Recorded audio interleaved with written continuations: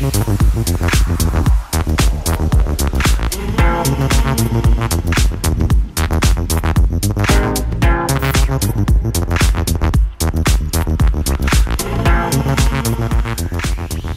strange because it doesn't seem that long ago since I wasn't DJing, that life wasn't too good. I was struggling, trying to find a way to reapproach the industry in a sense, but it was very difficult in the 90s.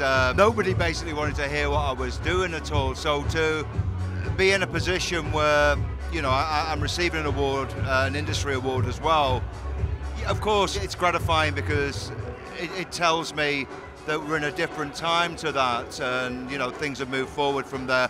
And I've done a good job in the meantime. I've managed to enable myself to have a voice again and be able to get across what I'm trying to do. There's obviously huge changes on one level, whereas on another things are the same, you know. So for example, technically DJs are obviously a lot more proficient. You know, like the equipment, the technology that's kind of come through and everything, and you know, seamless mixing, which certainly wasn't possible when I started out. There was no 12-inch singles, you know, like even the idea of mixing hadn't entered this country, although it was happening over in New York and stuff. We were unaware of it completely. But I think where it's the same is that the principle's the same. It's still, you're playing to an audience of people who might have been working all week. The weekend means everything to them, their night. So as a DJ, there's a responsibility. So that kind of equation between the DJ and the audience, and being able to make the right selections to play and work with that audience, I think are the same. I look back and I kind of think that the programming skills of the DJs in older times was superior, because it was much clearer to see when they were doing something wrong, because the dance floor just emptied completely. Well, they're available to everyone, but there's so many of them that finding them is the trick.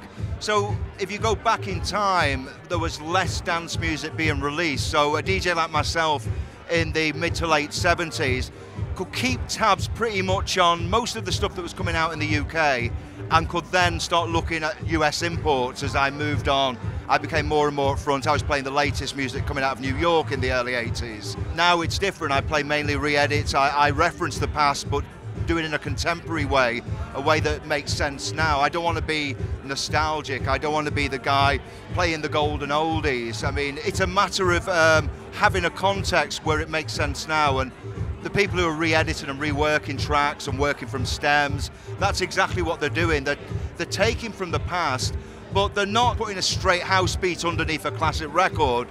They're being a lot more respectful than that, and they're working within the structure of the record to enhance it. They're looking to give it more definition, more bottom end, put it in time so it's mixable. From that respect, I'm a very different DJ now to what I was then. But the process of finding music, although it's completely different, I think is just as difficult, because in this information age that we live in, we're just bombarded completely, left, right and centre, with stuff from all over the place, and you can never hope to hear all the tunes that are there and available. I mean, it's like myself as a DJ, I miss all sorts along the way, and I'll hear another DJ in another continent sometimes playing something and say, what's that? You know, they say, oh, it's such and such. And it's like, wow, how did I miss that? But you're missing it because there's so much happening, there's so much coming through all the time. I'm really interested in the stem technology that's coming out at the minute. Native Instruments are about to do, you know, a unit to play 4 tracks of stems on. I really like this. I mean, this to me is the logical next step on a DJing level.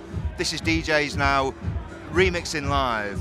I mean, people are already doing it. You can do that with other formats, but they're making it. They've made a unit that you can work with on that level. From this point now, it's very exciting to me too. I've started a record label, Super Weird Substance, that we put out 8 singles this year.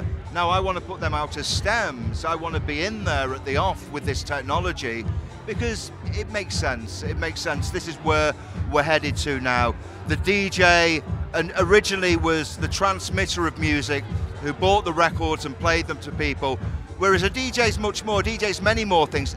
They're still the transmitter of music, but they're also the maker of music and the manipulator of music. So this is where we're headed to now, and these new technologies, I'm all for. There's different ways for different people. I don't think there's one set way of going about it, but I think a lot of people get pulled into this as a profession now because it's lucrative, it's glamorous, it's got all these aspects that weren't there when I started. I mean, you got £6 a night, and that was all right. We were happy with that. That was better than a kid who was doing an apprenticeship might be getting for like a day's work or whatever. So a lot of the people that were involved in it were very much, music lovers with record collections, people like that. I mean, there are obviously people getting involved for other reasons, for a bit of beer money, because of the girls and all this, aspect.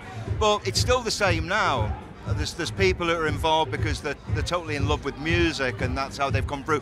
But there's another wave of people that see it very much as a career opportunity. It's another way to fortune and fame and celebrity, which to me obviously is the wrong reason because I'm a music person, but it's a big industry now. I mean, it didn't used to be. It's a massive worldwide industry with huge infrastructures. So I suppose that, there's something there for everybody within that, but the primary thing is don't lose sight of the fact that it's about the audience. You're playing to an audience that I think some DJs, when they're starting off, might forget that, and they might make their selection of tracks and they might kind of practice that up, know exactly what they're going to play, but leave no room for spontaneity and for those curveballs that are really special. Never, veer away from that, and always leave the opportunity to change things around a bit mid-set. Don't kind of lock yourself too firmly. That would be my advice.